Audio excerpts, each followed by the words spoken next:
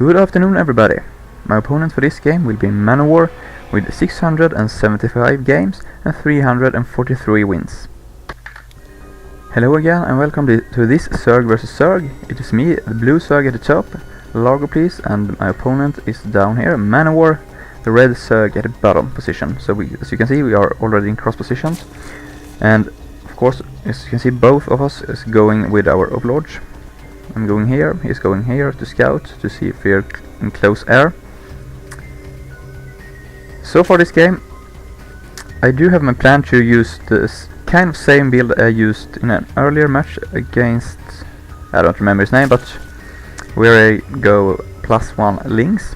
I'm using that in all matchups, but I'm leaning towards using it only in zerg vs zerg because I feel it's really strong there, and try to find a better way to handle Terran and Protoss. As you can see, not much going on right here. I'm building drones, and let's see, oh, he's building drones as well, of course, and some overlords flying around. I got my early scout because I want to know if we are close position and or cross position. Since we are not close position, that makes me feel safe at the moment. I know there will not be any heavy early pressure in the same way, because you see it's very close, and this way of course is not so close, so it's easier to spot. If I get a spotter right here, I can see right when he moves out, and if I'm just building zerglings, I can more or less build the zerglings when I see him and be quite safe if I have a spine crawler or two. I will put down my spawning pool, and I got my gas, and he's getting his spawning pool, and I scout it, so I know he's a bit earlier than me, but I'm happy anyway. And he's getting his gas as well. And as zerg, I prefer to play pretty much like the other styles, other matchups rather, when I responded to the opponent to see what he's doing and not to dictate the game pace in the beginning. I want to know what he's doing before I'm going, and I think I don't have a solid plan. I do have basically two openings. If he's going banelings, I'm going roaches, and if he's going roaches, I'm going roaches or mass links, I'm also going links. And as you can see, he's building a roach warren. I see this, feel very safe, and I start my speed there. Should be see an evolution chamber anytime soon, hopefully. If I don't forget it, no evolution chamber, but it will come, and I'm collecting some gas there. And he's going with a let it finish, nothing special over here, getting his queen, and my queen is on the way as well. And he has an overlord here. He will spot anything I move out with, so he in the same way he knows when I'm moving out. If I'm attacking, he can build something really quickly. And he's here to kill my poor not overlord, drone. There we go. And it dies really hard. It cannot fend off a queen and two zerglings.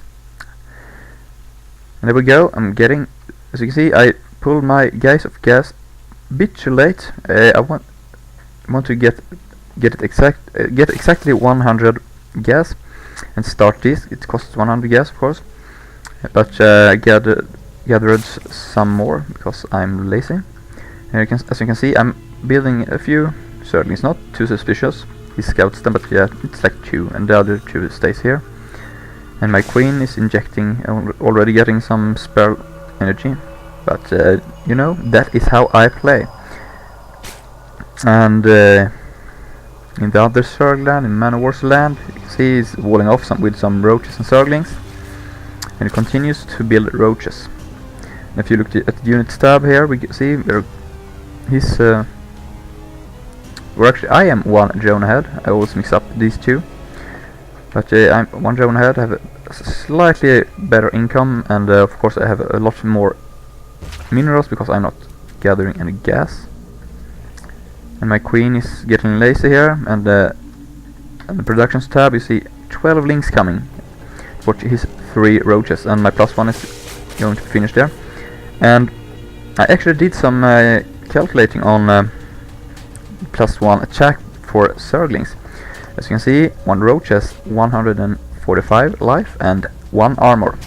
This 1 armor means that a zergling which have 5, let's see, it's not done, good, you see it has 5 damage, the armor removes once, it only makes 4 damage each hit.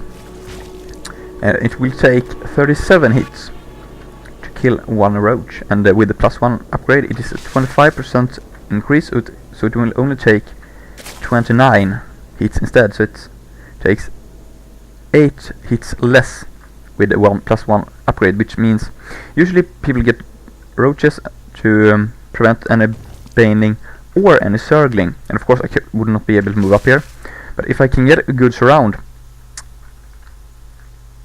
it is quite good, and we'll see how this will end up, because I'm basically getting what he's trying to counter. As you can see, he can pick off his expansion here. He will stay on one base because there's nothing he can do. He cancel it. Maybe could have saved it, but I would probably pick it off. I'm getting another queen.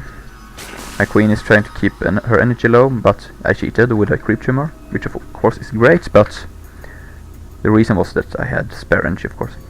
And I'm trying to poke in here. As you can see, I'm rallying more and more. I want to prevent him from getting his muralisks up. I don't know what he's doing, and I want to keep him contained on one base and get my own muralisks up. So I started to collect some gas again. I'm continuing to... Oh, great vomit there, fantastic. And my other queen is down here as well, see how we do.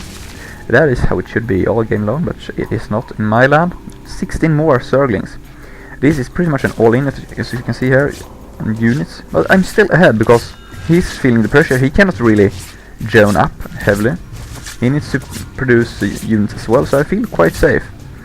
But now I'm down to 14 because I don't know. Yeah, now I remember. I think I wasn't able to scout him because my drones are way back. No, my overlord is over here, so they can't scout, and I of course should have one here to fly in and see. But I felt like, okay, there will be muralisks at any time, but let's see here. It's a small combat here. I decided to not pick this one off. I want a complete surrender. I wouldn't want him against the wall, because that might end up very, very sad for me. But you can see he thinks he will crush my zerglings.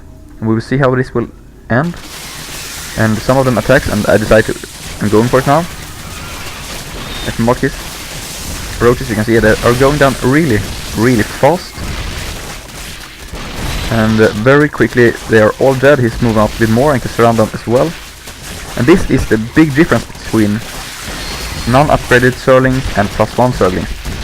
They pretty much crush roaches actually, and I do feel very, very confident in this build in the early matchups, and he GG's. And I once again check down a zerg player, and that is all I had for this time. Thank you and goodbye.